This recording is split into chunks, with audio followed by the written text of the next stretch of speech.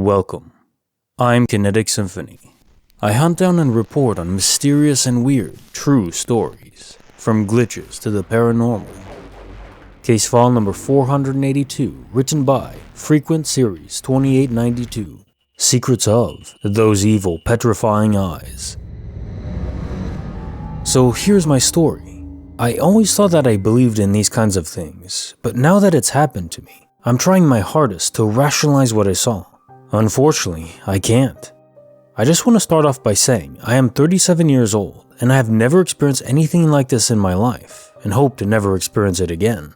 This happened 3 days ago. It was 11:30 at night and I was taking my dog out to go to the bathroom. My boyfriend and I live on about 4 acres of land. We have an overgrown field in the distance. It's somewhat near the house, but not super close. I was carrying one of those spotlight flashlights. It's so powerful that you can see the beam shoot through the night sky. My dog and I were getting close to the field, so I decided to scan it with the flashlight. What I saw next petrified me. I saw this creature walking through the field. It had a human-shaped head, but the eyes were nothing like I had ever seen. They were so big that it took up a majority of its face. They glowed in a way I've never seen before. It was a piercing glow. I know that flashlights can create a certain type of reflective glow, but this was different. It was almost like the light was shooting out of its eyes. I live in a wooded area, so I have come into contact with many animals at night. This was not the eyes of any animal I'd ever seen before. It's weird because I don't recall seeing a mouth, but that could be because I was so fixated on its abnormally large eyes that I wasn't paying attention to its lower face. Its eyes had this shocked but evil look to them.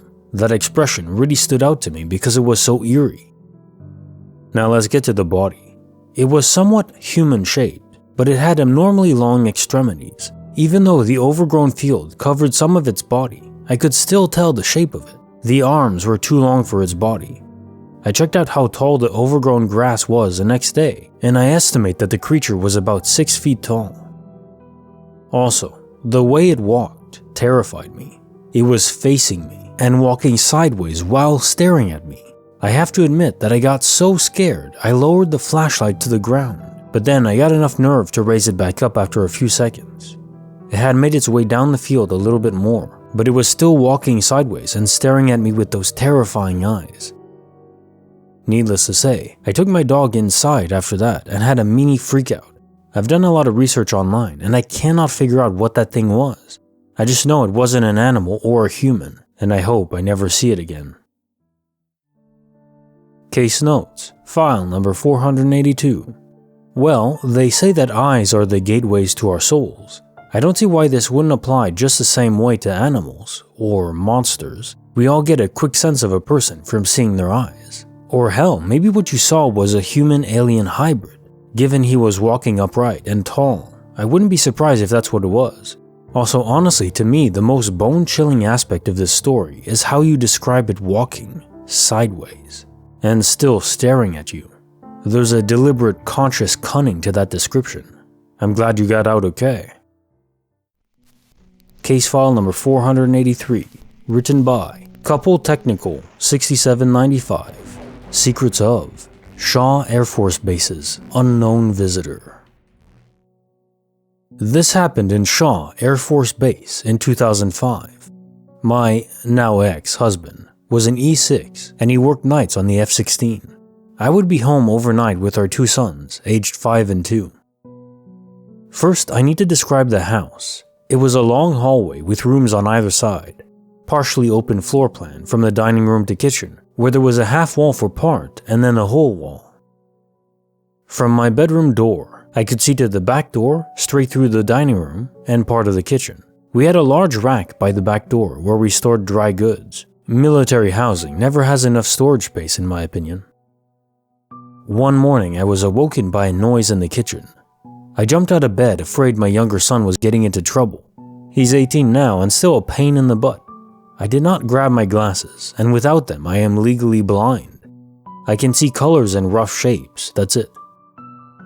I looked towards the kitchen and saw what looked like a man in an Air Force uniform. Again, I can barely see, so I'm going off color and shape. The figure is holding a box and facing the rack. Of course, I assume this is my husband and I say, "Hey, you want me to cook you something?" The figure moves so that it is facing me.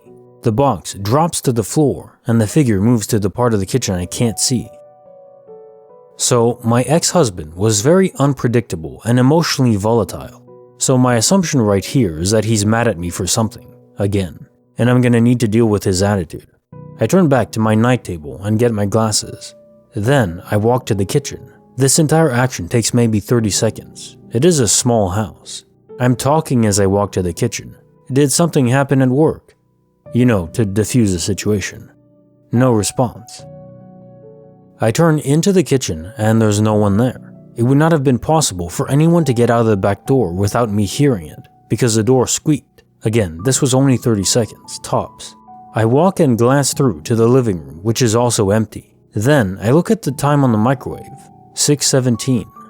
My husband didn't get home until 8. Also, a box of Annie's mac and cheese was on the floor in front of the rack.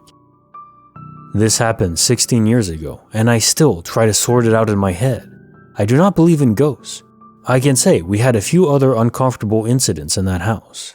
There were 2 bathrooms, a full one and then a small ensuite to the master bedroom, which was our older son's room. He had toys and stuff. We didn't need the space. He refused to use the ensuite. He said it was creepy. One time I was taking a shower in there. Can't remember why I wasn't using the normal bath, and I saw movement outside the curtain. I glanced out and I swear I saw a man in a uniform looking through the window, then dropping real quick. I screamed for my husband and he ran outside, and there were no footprints or anything.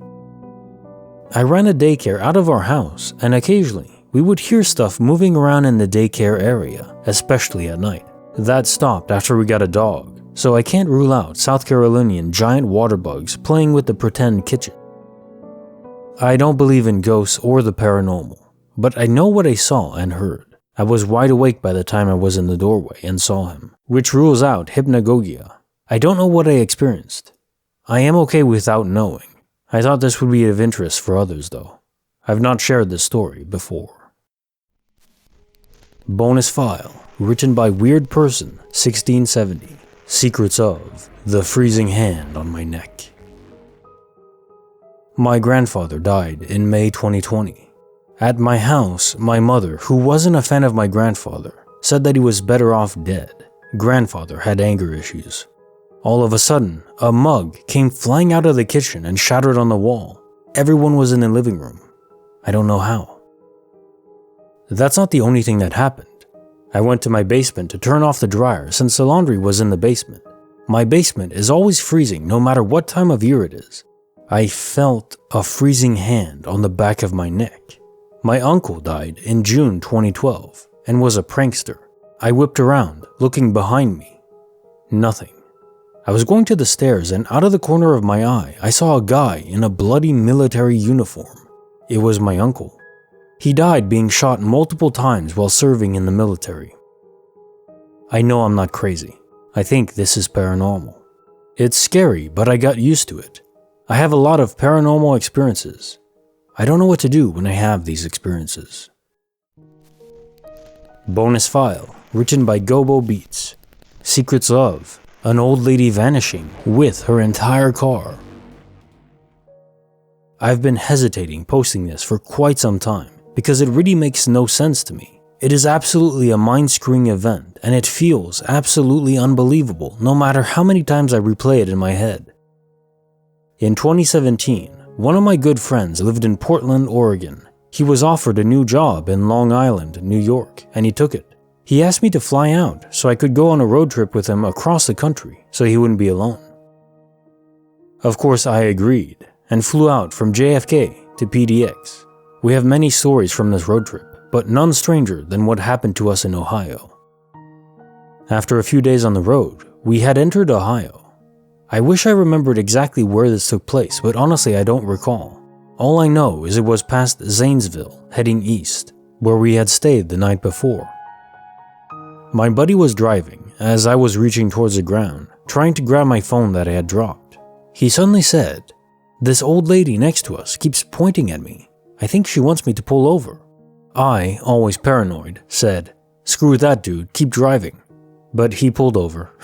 A black Escalade with plates from Alaska pulled in front of us.